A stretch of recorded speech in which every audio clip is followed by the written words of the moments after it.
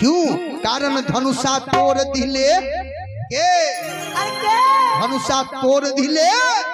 अरे कौशल्या ललनमा गगनमा से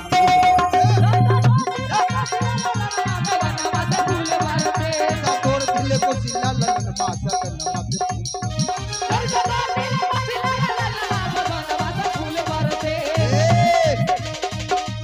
धनुषा तोड़ ले मोर बाबू धनुषा तोड़ा ले जब कौशल्या ललनमा हो गगन हाथ फूल बड़ी तोड़ दिले कौशल्या